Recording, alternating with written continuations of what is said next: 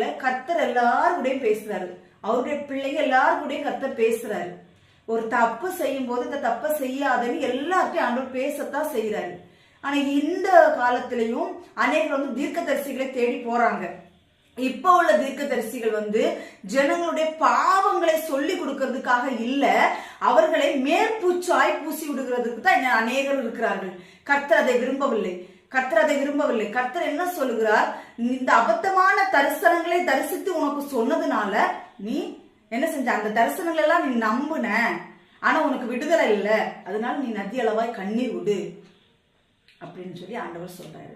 அதனால கர்த்தருடைய பிள்ளைகளை கர்த்தரை தேடுங்க, தேவ சமூகத்துல இருங்க. கர்த்தர் சொல்லி தருவாரு.